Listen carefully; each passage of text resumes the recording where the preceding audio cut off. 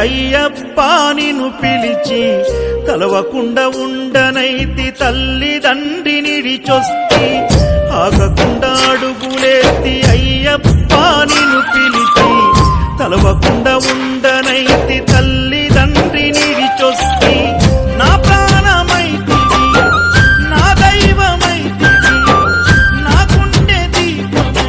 వెలిగించితిని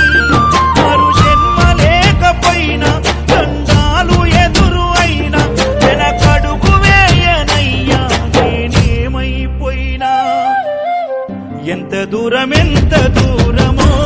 నీ చెంత చేర కంట తడియారనన్నదో